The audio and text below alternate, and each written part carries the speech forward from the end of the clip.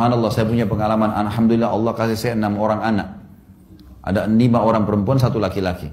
Yang perempuan-perempuan ini dari kecil, saya bilang istri saya, pakaiin jilbab dari kecil. Masih baik pakaiin jilbab kecil, lucu kok, masya Allah.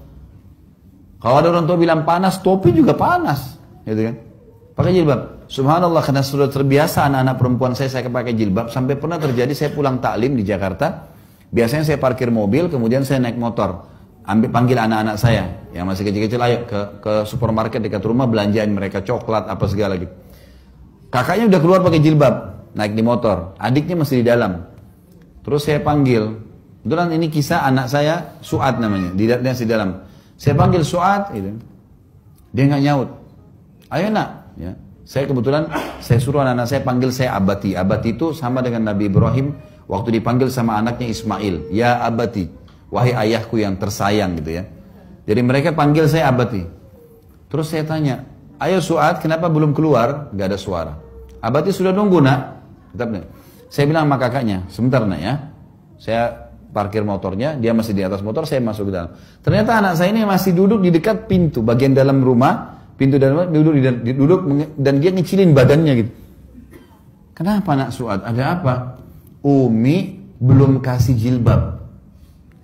Anak ini tidak mau keluarkan kakinya dari depan pintu kalau nggak pakai jilbab. Waktu itu kelas 2 SD.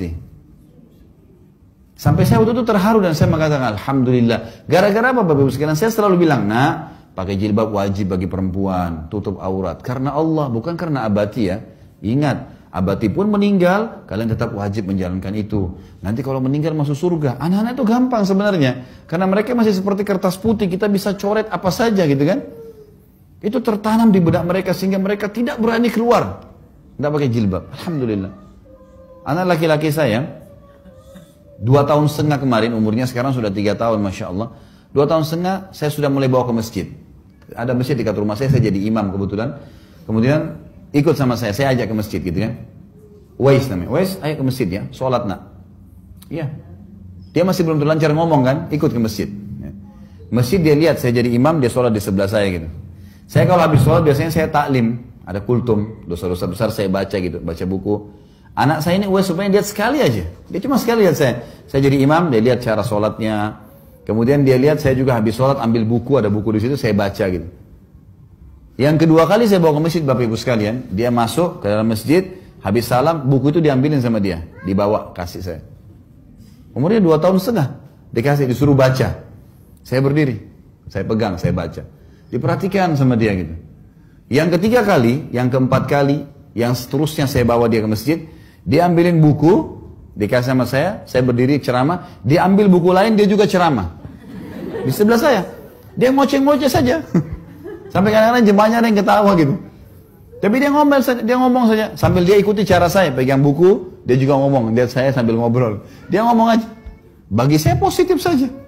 Alhamdulillah di umur 2 tahun setengah, dia tahu masjid untuk sholat. Sampai istri saya bilang pernah satu waktu saya nggak bisa antar, dia naik taksi. Lalu pas azan, dia teriak langsung sama supir taksinya. Azan, colat. Sama supir taksi. Kata istri saya, takutnya nanti ini supir saya tersinggung nih. Tapi dia bilang gitu. Dia bilang gitu. Alhamdulillah. Saya ke masjid naik motor sama dia. Terus setiap ada jemaah yang lewat. Di situ dekat rumah, kebetulan ada jemaah-jemaah rutin. Saya bilang, Assalamualaikum Pak. Assalamualaikum. Ini Wes ini perhatiin rupanya. Anak saya ini perhatiin. Pulang dari masjid, lewat lagi dengan jemaah, dia yang bilang, Kum. Dia yang salam.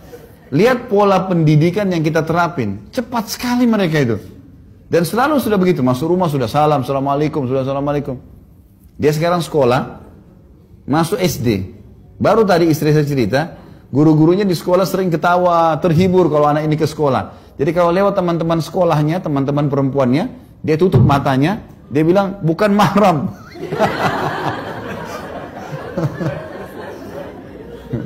Padahal istri saya bilang, gitu kan.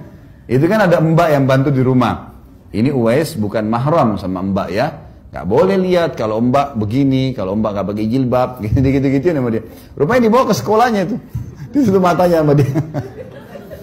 Dan banyak sekali saya lihat. Jadi ternyata itu pola pendidikan, gitu kan. Gimana caranya kita membiasakan saja.